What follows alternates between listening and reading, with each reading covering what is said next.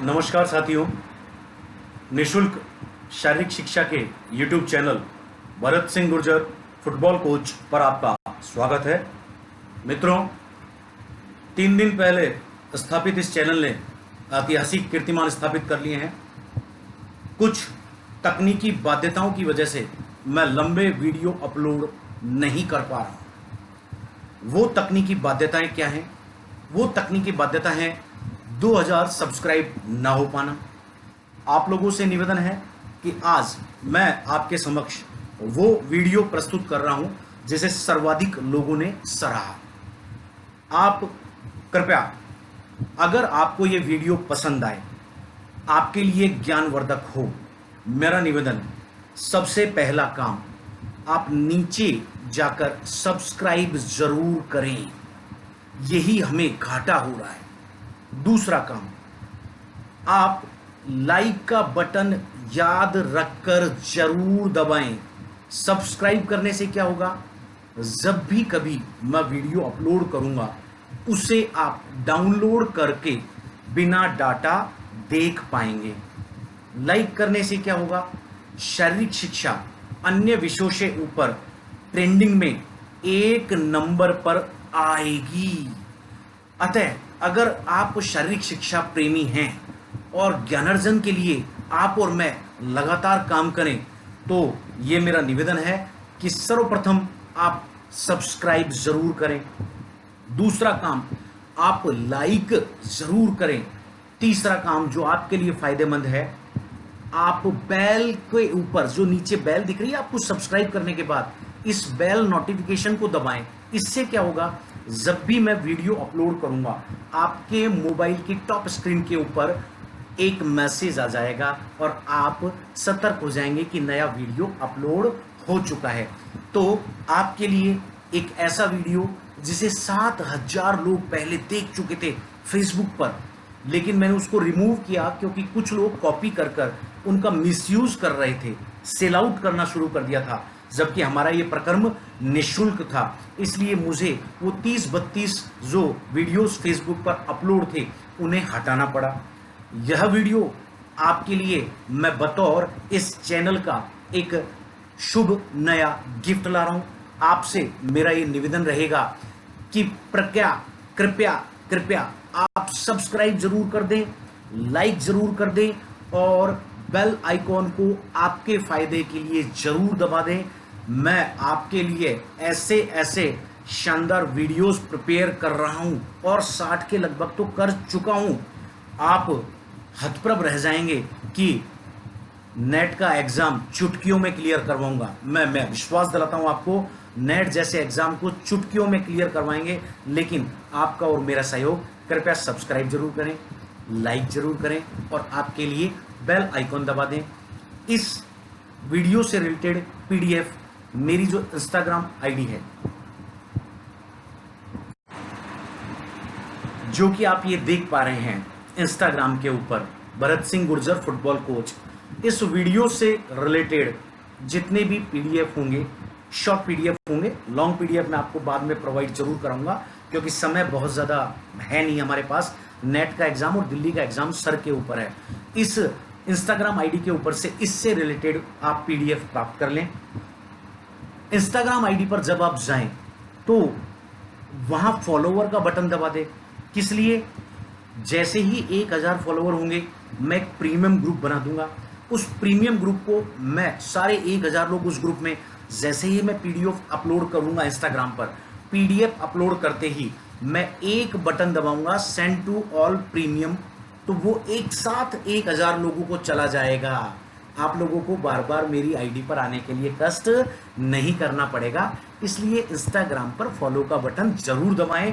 पहले 1000 लोग उस प्रीमियम ग्रुप के हिस्सा बन जाएंगे। मेरे लिए आसानी हो जाएगी, आपके लिए सहूलियत हो जाएगी। मैं जैसे ही अपलोड करूंगा एक सिंगल बटन दबाऊंगा और वो पूरे 1000 लोगों को एक साथ चला जाएगा, जिनमें से एक व्यक्ति आप शामिल होंगे। तो प्रस्तुत है वह वीडियो जिसे 7000 लोगों ने फेसबुक के ऊपर देखा था। ऐसे ऐसे वीडियोस 60 से पार मैं तैयार कर चुका हूं।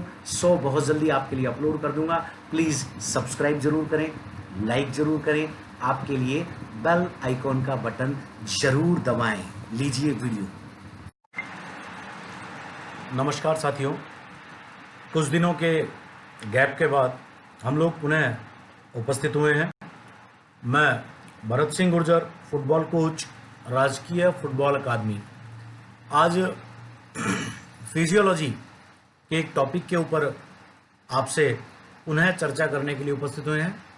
पाचन, जिसे डाइजेशन भी कहा जाता है। आज हम लोग केवल पाचन और केवल पाचन के ऊपर बात करेंगे, केवल डाइजेशन के ऊपर। उन्हें स्पष्ट कर दूं, हम लोग पाचन तंत्र के ऊपर बात नहीं करेंगे। हम लोग केवल आज पाचन, डाइजेशन है क्या, व्हाट इज डाइजेशन, उसके ऊपर बात करेंगे। पाचन की प्रक्रिया के ऊपर बात नहीं करेंगे। तो देखिए, सबसे पहले हम ये स्पष्ट कर ले कि पाचन क्या है, डाइजेशन क्या है। और दो चीजें, जब हम लोग मांसपेशियों की गतिविधियों के बारे में बात करते हैं, मांसपेशियों की कार्य के बारे में बात करते हैं, तो आप यह भी स्पष्ट कर लीजिए कि पाचन का कार्य भी कुछ मांसपेशियों के द्वारा संपादित होता है, जिन्हें डाइजेस्टिव मसल्स कहा जाता है सामूहिक रूप से, जो पाचन तंत्र की मांसपेशियां कहलाती हैं। अब वो पाचन की मांसपेशियां क्या कार्य करती है, मीन्स पाचन क्या है। पाचन एक यांत्रिक और रासायनिक क्रिया है। यांत्रिक एक मैकेनिकल, रासायनिक एक केमिकल। मतलब यांत्रिक, अगर पाचन यांत्रिक क्रिया है, इसका मतलब इसमें शरीर के कुछ अंग, शरीर की कुछ मांसपेशियां बतौर यंत्र की तरह कार्य करते होंगे। और यंत्र की तरह किस तरह कार्य करते होंगे, जैसे एक मशीन काम करती है सिस्टमेटिक वे में, कि हमने ट्यूबलाइट का स्विच ऑन किया, इधर से स्विच ऑन हुआ, उधर से इलेक्ट्रिसिटी ने उस ट्यूबलाइट को प्रज्वलित कर दिया। तो सेम ऐसे के ऐसे हमारे यहां भी कुछ शरीर के अंग, कुछ की जो जो पाचन से जुड़े हो, बतौर यंत्र कार्य करते होंगे। अब वह क्या कार्य करते हैं, तो देखिए, मोस्ट प्रोबेबली और 100% पाचन जो है वो मुख से शुरू होता है और बड़ी आंत पर जाकर खत्म हो जाता है। तो मुख में भोजन आने के दौरान और बड़ी आंत तक जाने तक भोजन की यांत्रिक क्रिया में, शरीर की मैकेनिकल क्रिया के अंदर एक ही काम किया जाता है। जो हम भोजन, बड़े बड़े ग्रास हम लोग अंदर लेते हैं, उन ग्रास को छोटे छोटे छोटे टुकड़ों में बांटकर, और फिर उस छोटे छोटे टुकड़ों को भी बाद में मैं कहूं एक तरह से बॉल्स में, मतलब एक लुगदी के अंदर परिवर्तित किया जाता है। आप महसूस कीजिए, जब हम लोग कई बार वोमिट करते हैं, उल्टी करते हैं, उस वक्त हमारे बाहर से किस तरह का भोजन आता है, उससे ही थोड़ी सी प्रारंभिक अवस्था यहाँ हम लोग भोजन के अंदर इस यांत्रिक क्रिया के अंदर करते हैं। तो पाचन एक यांत्रिक क्रिया है, यंत्र की क्रिया, जिसमें भोजन को बड़े से छोटे टुकड़ों में, भोजन के बड़े अणुओं को छोटे अणुओं में, कार्बोहाइड्रेट, प्रोटीन और वसा, मोस्टली हम लोग भोजन में क्या लेते हैं, कार्बोहाइड्रेट, प्रोटीन और वसा के बड़े अणुओं को छोटे अणुओं के अंदर तोड़ा जाता है। अब कार्बोहाइड्रेट को किस में तोड़ा जाता है, कार्बोहाइड्रेट को तोड़ा जाता है, कार्बोहाइड्रेट एक तरह से शर्करा होती है, शर्करा के बड़े अणुओं को, ठीक है, छोटे अणुओं के अंदर तोड़ा जाता है, ग्लूकोज के लेवल तक लाया जाता है। फिर प्रोटीन, प्रोटीन को किस में तोड़ा जाता है, प्रोटीन को अमीनो अम्लों के अंदर तोड़ा जाता है। अमीनो अम्ल से मिलकर प्रोटीन बनते होते हैं। शरीर के अंदर लगभग 20 अमीनो अम्ल होते हैं, जिनमें से 8 एसेंशियल होते हैं और 12 बाहर से हमें डाइट के अंदर इनटेक करने होते हैं, खाने होते हैं। उन 12 प्रोटीन्स को अमीनो अम्लों के अंदर तोड़ा जाता है। और वसा को, फैट को फैटी एसिड्स के अंदर, वसीय अम्लों के अंदर तोड़ा जाता है। और वो कहाँ इकट्ठी होती है, मोस्टली हमारे लीवर के अंदर, साइड की फैट के अंदर, महिलाओं में लोअर थाइज के अंदर। इस तरह से पाचन एक यांत्रिक प्रक्रिया है जो मुख से शुरू होकर और बड़ी आंत तक कार्य करती है। दूसरा, पाचन एक रासायनिक क्रिया है। रासायनिक क्रिया क्या है, रसायन क्रिया के अंदर भोजन जो हम लोग इनटेक करते हैं, बड़े अणुओं से छोटे अणुओं में भोजन को विभक्त करने के लिए हम लोग क्या करते हैं, जल की उपस्थिति में विभिन्न अम्ल, विभिन्न एंजाइम उस भोजन के ऊपर क्रिया करते हैं। और जलीय मतलब जल की उपस्थिति, अपघटन, अपघटन मतलब तोड़ना, उसे उसके विस्तृत लार्ज एरिया को फैला देना, अपघटन उसे छोटे कणुओं में विस्तृत कर देना। जलीय अपघटन कर लिक्विड रस के अंदर परिवर्तित कर देते हैं। तो यह पाचन है। अब यह पाचन कैसे संपादित होता है, हम पुनः यह स्पष्ट कर लें कि हम लोग आज पाचन तंत्र नहीं पढ़ रहे हैं, हम लोग पाचन क्या है, व्हाट इज डाइजेशन, इसको पढ़ रहे हैं। तो देखिए, पाचन के 5 पद होते हैं ह्यूमन बीइंग के अंदर। फिजियोलॉजी मानव को अध्ययन करने का विषय है, इसलिए मानव की बात कर रहा हूं। मानव में पाचन के 5 पद होते हैं जिन्हें स्टेप्स कहा जाता है। पहला पद अंतर्ग्रहण, अंतर्ग्रहण, अंतर अंदर, ग्रहण लेना मतलब बाहर से किसी चीज को अंदर लेना, इंजेक्शन, बाहर से किसी चीज को अंदर लेना।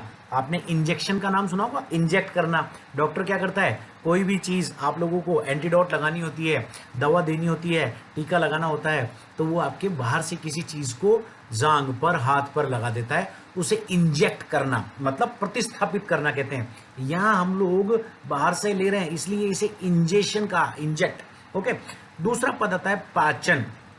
यही मुख्य पाचन तंत्र है जिसको हम लोग पढ़ते हैं कि किस तरह से मुख से भोजन लेकर और बड़ी आंत तक शरीर के अंदर जो बाहर से अटरम शटरम हम लोगों ने लिया, वह किस तरह से पौष्टिक चीज के अंदर परिवर्तित हो गया। तीसरा पद है अवशोषण। ये भी पाचन का ही भाग आता है, लेकिन बड़ा इंपॉर्टेंट भाग है अवशोषण। अवशोषण मतलब बाहर से तो आप कुछ भी चीज खा सकते हैं। हम लोग बीमार क्यों होते हैं? बॉडी का इम्यून सिस्टम यह आदेश देता है, यह सूचना देता है कि आपने कोई ऐसी चीज बॉडी के अंदर इंजेक्ट कर ली है जो पाचन होने में नहीं आ रही है, मुझसे एब्जॉर्ब नहीं हो रही है। अब क्या करूं?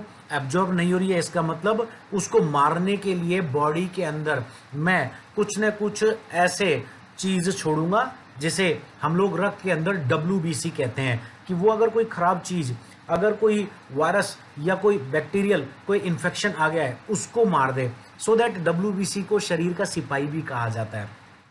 अवशोषण के अंदर यही काम होता है।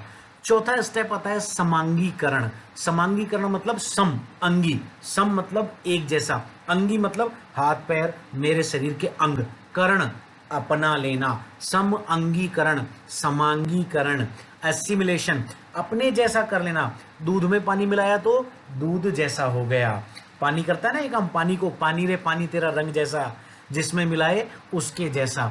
तो समांगीकरण के अंदर यही किया कि बाहर से जो भोजन हमने लिया उसको हमारे शरीर के अंदर जो मटेरियल है, क्या है, 5.5 लीटर रक्त है, उस जैसा कर देना। तो उसके अंदर, रक्त के अंदर एसिमिलेट कर देना। और पांचवा और अंतिम पद आता है बहिष्करण। बहिष्करण का मतलब समाज से बहिष्कृत कर देना। कई बार आप ये शब्द सुनते आए, लेकिन यहाँ क्या है, इजेशन।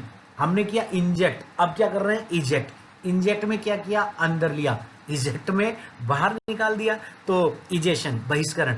ये 5 पद होते हैं जिन्हें हम लोग पाचन के 5 स्टेप्स कहते हैं। तो आज हम लोग पाचन तंत्र नहीं पढ़ रहे हैं, पाचन क्या है उसे पढ़ रहे हैं। तो पाचन के 5 पद होते हैं, इंजेक्ट से इजेक्ट, अंदर लेने से बाहर निकालने तक 5 पद होते हैं। आगामी कक्षा के अंदर हम लोग संपूर्ण पाचन को पार्ट बाय पार्ट से विषय वस्तु के आधार पर धीरे धीरे कंप्लीट कर लेंगे। मानव शरीर में पाचन जो होता है, वह पाचन जिन अंगों के द्वारा किया जाता है, अंग हमें इन्हें ऑर्गन से मान सकते हैं। आपको ये पता है कि शरीर की सबसे सूक्ष्म इकाई कोशिका होती है। एक जैसी कुछ कोशिकाएं मिलकर ऊतक का निर्माण करती है, एक जैसे कुछ ऊतक मिलकर एक अंग विशेष का निर्माण करते हैं, तो हम इन्हें अंग ही कहेंगे। तो ये जो अंग होते हैं जो पाचन में काम करते हैं, उन्हें हम 2 भागों के अंदर विभाजित कर सकते हैं। एक मुख्य अंग और दूसरे उस मुख्य अंग के साथ विराजमान उसके सहायक अंग। तो मुख्य अंग जैसे मैं बात करूं, मुख, ग्रसनी, जैसे फेरिंग्स कहा जाता है, ग्रासनाल ओएसोफेगस, आमाशय जिसे स्टोमक कहा जाता है, छोटी आंत, बड़ी आंत, लार्ज इंटेस्टाइन और स्मॉल इंटेस्टाइन और लार्ज इंटेस्टाइन, ये तो मुख्य अंग होते हैं। ये अधूरे हैं जब तक इनके साथ कार्य करने वाले सहायक अंग इनका सहयोग ना करें। अब वो सहायक अंग कौन कौन से होते हैं? वो सहायक अंग एक तो मुख में विद्यमान होते हैं, दांत, जिनके बिना भोजन को सूक्ष्म कणों में विभक्त करना असंभव होता है। दूसरी लार ग्रंथियां, वो भी मुख में विद्यमान होती है, कुछ जीभ में, कुछ गालों में। ये लार ग्रंथियां क्या काम करती है? दांत जिन भोजन के टुकड़ों को छोटे कणों में विभक्त करते हैं उसकी लुगदी बनाती है, इसलिए लार ग्रंथियां होना बहुत इंपॉर्टेंट होता है। अब इसके साथ सहायक अंग और कहाँ होते हैं? सहायक अंग हमारे स्टमक, आमाशय के आजू बाजू ऊपर पड़े होते हैं।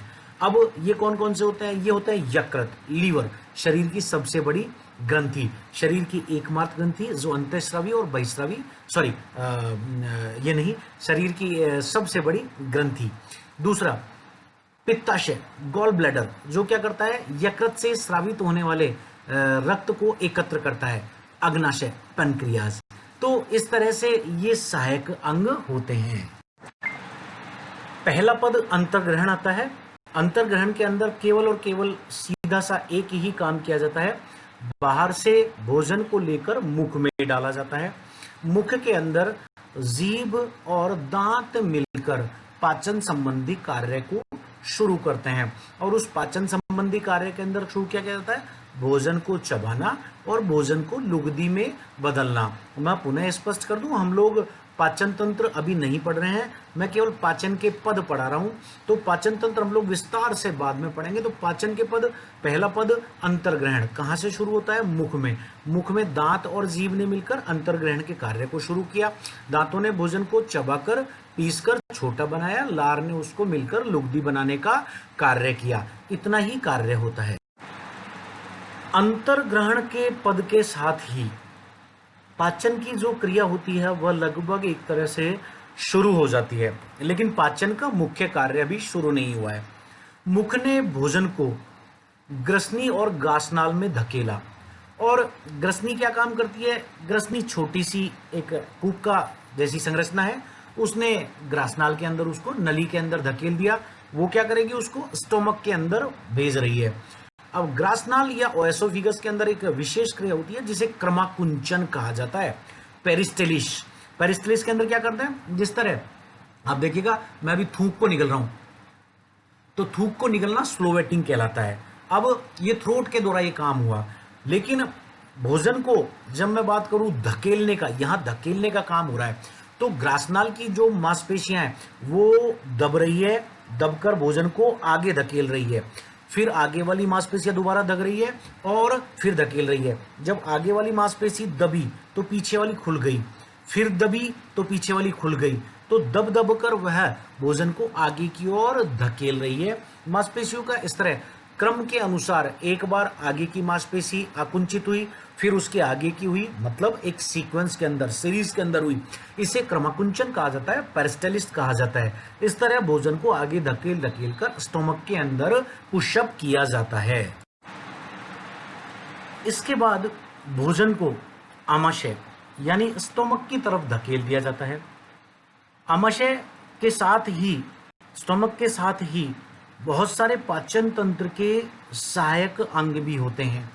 तो सबसे पहले जब भोजन आमाशय के अंदर आया, पाचन तंत्र के अंदर आया, तो उसने क्या कार्य किया? उसको पीसने का काम हुआ। पीसना मतलब ग्राइंड करना, जिस तरह से मिक्सर ग्राइंडर होता है वह भोजन को पीसता है। पीसना मतलब बिल्कुल महीन रूप में परिवर्तित कर देना, यह काम आमाशय में होता है। आमाशय को यह कार्य करने के दौरान बहुत सारे एंजाइम्स की, हार्मोन्स की, हाइड्रोक्लोरिक अम्ल की जरूरत पड़ती है। म्योसिन, गैस्ट्रिन हार्मोन आते हैं, रेनिन, पेप्सिन एंजाइम्स आते हैं, ये सब मिलकर उस भोजन को पीस देते हैं।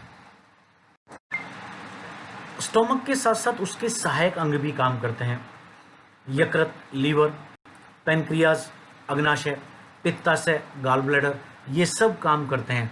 अगर ये स्टोमक के साथ काम ना करें तो ध्यान दीजिएगा पाचन का कार्य अधूरा ही रह जाता है। यकृत के कार्य, पित्ताशय के कार्य, अग्नाशय के कार्य। यकृत शरीर की सबसे बड़ी ग्रंथि है। पित्ताशय शरीर की पित्ताशय गाल ब्लैडर है जो महिलाओं के अंदर बहुत ज़्यादा संक्रमित होता है। पैनक्रियाज या अग्नाशय शरीर की दूसरी सबसे बड़ी ग्रंथि है। इनका बड़ा विशेष रोल होता है। जब हम लोग पाचन तंत्र को स्पेसिफिक वे में पढ़ेंगे तो इनको एक एक करके मैं आपको बहुत डीपली एलोबरेट करूंगा। अभी हम लोग केवल पाचन के पद पढ़ रहे हैं, जिसमें हम लोग पाचन का कौन सा पद पढ़ रहे हैं? हम लोग पाचन का दूसरा पद पढ़ रहे हैं, जिसको हम लोग क्या कहेंगे? जिसे पाचन कहेंगे। तदुपरांत भोजन छोटी आंत में पहुंच जाता है। छोटी आंत में ही भोजन का एक तरह से मुख्य पाचन संबंधी कार्य होता है। और पाचन संबंधी कार्य के साथ दो कार्य। देखिए, भोजन जब आमाशय से छोटी आंत तक आया, उस दौरान एसिमिलेशन भी शुरू हो गया। छोटी आंत में आते ही एब्जॉर्प्शन भी शुरू हो गया, समांगीकरण भी शुरू हो गया और अवशोषण भी शुरू हो गया। तो समांगीकरण कैसे शुरू हुआ? समांगीकरण यूं शुरू हुआ कि जब आमाशय से भोजन यकृत के माध्यम से और छोटी आंत तक पहुंचा, उसी वक्त रक्त के माध्यम से भोजन का अवशोषण भी शुरू हो गया, अपने अंदर मिलाना भी शुरू हो गया।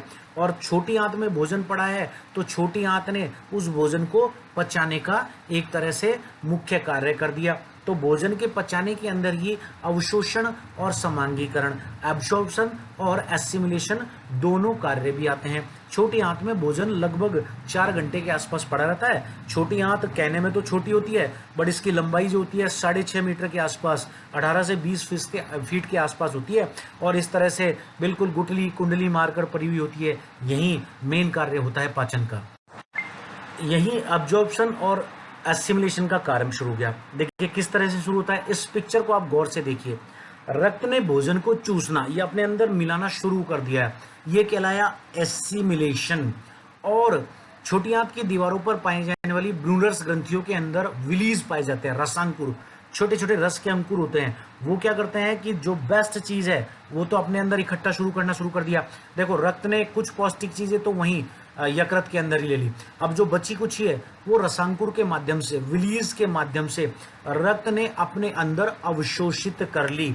तो ये दोनों क्रियाएं एक साथ चलती हैं, जिन्हें एब्जॉर्प्शन और एसिमिलेशन, समांगीकरण और अवशोषण कहा जाता है। ये भी छोटी आंत के साथ, मतलब छोटी आंत के अंदर एक तरह से मेन प्रोसेस होता है। क्योंकि कई बार डायरिया की सिचुएशन हो जाती है, जिन्हें दस्त लगना कहते हैं। हम जैसा खाते हैं वैसा निकल जाता है। वो इसलिए होता है क्योंकि भोजन जो पर्टिकुलर टाइम है 4 घंटे के आसपास छोटी आंत में रहना चाहिए, वो भोजन छोटी आंत के अंदर उस 4 घंटे के अंदर रह ही नहीं पाता है। और यह स्थिति हो जाती है कि जैसा हमने लिया वैसा ही निकल गया। या फिर क्या हुआ कि भोजन जो है वो जब स्टोमक के अंदर आया, उसको ग्राइंड करने का काम किया, पीसने का काम किया, गलाने का काम किया, एंजाइम्स ने, हार्मोन्स ने, इन सब ने। तो ये करने के दौरान क्या हुआ कि वो गल तो गया, लेकिन गलने के दौरान क्या हुआ कि उसके ऊपर अतिरेक एंजाइम्स, अतिरेक अम्ल का काम शुरू हो गया। तो वह बहुत ज़्यादा लिक्विड हो गया। भोजन का बहुत ज़्यादा लिक्विड होना भी खतरनाक होता है। इसे ही दस्त का रूप कहा जाता है। ज़्यादा हो जाता है तो डायरिया कहा जाता है। तो भोजन, रक्त उसमें से क्या है कि बिल्कुल लिक्विड में से कोई पौष्टिक चीज़ जो है अपने अंदर एसिमिलेट ही नहीं कर पाया। इसलिए यह बड़ा ही महत्वपूर्ण और बड़ा ही मेन स्टेप्स होता है, जिसे एब्जॉर्प्शन और एसिमिलेशन कहा जाता है। और इसके अब अंतिम काम देखो, पाचन यहाँ तक पूरा हो गया। इसके बाद भोजन को बड़ी आंत में धकेला जाता है। बड़ी आंत भी बचे कुचे उस अपशिष्ट पदार्थ, अभी तक अपशिष्ट नहीं है, भोजन है, अभी तक उसमें से क्या किया, उस भोजन में से उन्होंने पानी की कुछ मात्रा बची रह जाती है। बड़ी आंत उस पानी की मात्रा को अपने अंदर अवशोषित कर लेती है, या कहूँ भोजन में से अपने अंदर खींच लेती है। अब बड़ी आंत तक क्या होता है कि पाचन तंत्र के भाग होते हैं और पाचन के 5 पद जो है यही खत्म होते हैं। इसके बाद इजेशन का जो कार्य होता है यह पाचन के अंदर नहीं आता है, यह उत्सर्जन तंत्र का कार्य होता है। मलद्वार कहा जाता है, एनस कहा जाता है, जो हमारे पिछले भाग के अंदर स्थित होती है। यहाँ से जो अपशिष्ट है जिसे बाहर निकालना है, उसे बाहर निकाल दिया जाता है। तो मित्रों, स्पष्ट कीजिए, आज हमने पाचन तंत्र नहीं पढ़ा है, केवल पाचन के पद, पाचन के स्टेप्स पढ़े हैं कि पाचन में एग्जैक्टली होता क्या क्या है, जिसमें 5 पद हमने पढ़े: इंजेशन, डाइजेशन, एसिमिलेशन, एब्जॉर्प्शन और इजेशन, बहिष्करण। मैं अगले भाग के अंदर पाचन तंत्र को बहुत विस्तृत रूप से बताऊंगा। पाचन तंत्र भी जिस तरह से हम लोग अभी तक जिन चीज़ों को कवर करते आए, 1 या 2 घंटे का काम नहीं है। देखिए, मेरा ये मानना है कि विषय वस्तु को पढ़ने के लिए बहुत गहनतापूर्वक अध्ययन की जरूरत है। कोचिंग क्लासों के ऊपर क्या होता है कि कोचिंग क्लास के ऊपर आपको 1 घंटे के अंदर एक टॉपिक को निपटाना होता है, लेकिन हम ये धन्यवाद देते हैं कि जहाँ पर हम लोग अध्यापन कराते हैं, उत्कर्ष संस्थान जोधपुर के अंदर, वहाँ ये स्पष्ट डायरेक्शंस होते हैं कि मानवता सर्वोपरि धर्म है। वहाँ हम लोग उनके डायरेक्टर के सामने, निर्मल जी गहलोत के सामने जब ये बातें प्रस्तुत करते हैं कि नहीं, बच्चों को इस चीज़ के लिए ज़्यादा आवश्यकता है, तो थोड़ा सा देखिए हिचकिचाहट तो होती है, क्योंकि और सारी फैकल्टीज जो होती है, जो एलोबरेट नहीं कर सकती, जो वस्तु स्थिति बता नहीं सकती, जिनको एक्सप्लेन करना अच्छे से नहीं आता, वो उस टॉपिक को, जो 4 घंटे का टॉपिक है, 40 मिनट में निपटाने की कोशिश करते हैं। लेकिन फिर फायदा क्या हुआ? फिजिकल एजुकेशन तो वो सब्जेक्ट है जिसके अंदर हम लोग प्रायोगिक चीज़ को कर कर देखते हैं और फिर समझते हैं। तो हम वहाँ ये बात रखते हैं तो हमें इस चीज़ की छूट दी जाती है। और यही कारण होता है कि एक एक विषय के ऊपर, जिस तरह से आज ही हमने 5 पद पढ़े, ये 5 पद अगर देखा जाए तो ये हार्डली 15 लाइन का एक टॉपिक है। लेकिन देखिए, इस 15 लाइन के टॉपिक को समझाने के लिए पूरा हमें 40 से 50 मिनट की एक क्लास जो है अरेंज करनी पड़ी। यही कारण होता है कि हम लोग बेटर शिक्षण कर पाते हैं। अच्छा, इसके अंदर द्विपक्षीय संवाद होता है। आप लोग इंटरेस्ट लेंगे तो हम लोग और बेटर करेंगे। आप लोग अगर इंटरेस्ट नहीं लेंगे, आप लोग हमें बताइए कमेंट्स के माध्यम से, लाइक्स के माध्यम से, पोस्ट को ज़्यादा से ज़्यादा शेयर कीजिए ताकि ज़्यादा लोगों तक ये ज्ञान पहुँचे, जिससे टीचर का भी मनोबल ऊपर उठे। बहुत से लोग अदर राज्यों से, देखिए कितना अच्छा है कि हम लोग जब इस चीज़ को पढ़ा रहे हैं तो बाहर के राज्यों के लोग मैसेज कर रहे हैं कि ऐसा हमें भी पढ़ाया जाए, ऐसा हमें भी पढ़ाया जाए। तो ज्ञान को बांटने दीजिए, बढ़ने दीजिए, जो होगा बहुत अच्छा होगा। और आप लोगों के लिए तो मैं आपके बीच में हुई हूँ, इस तरह का प्रयास करता रहूँगा। ज़्यादा से ज़्यादा शेयर कीजिए। आपका भरत सिंह गुर्जर, फुटबॉल कोच, राजकीय फुटबॉल अकादमी जोधपुर।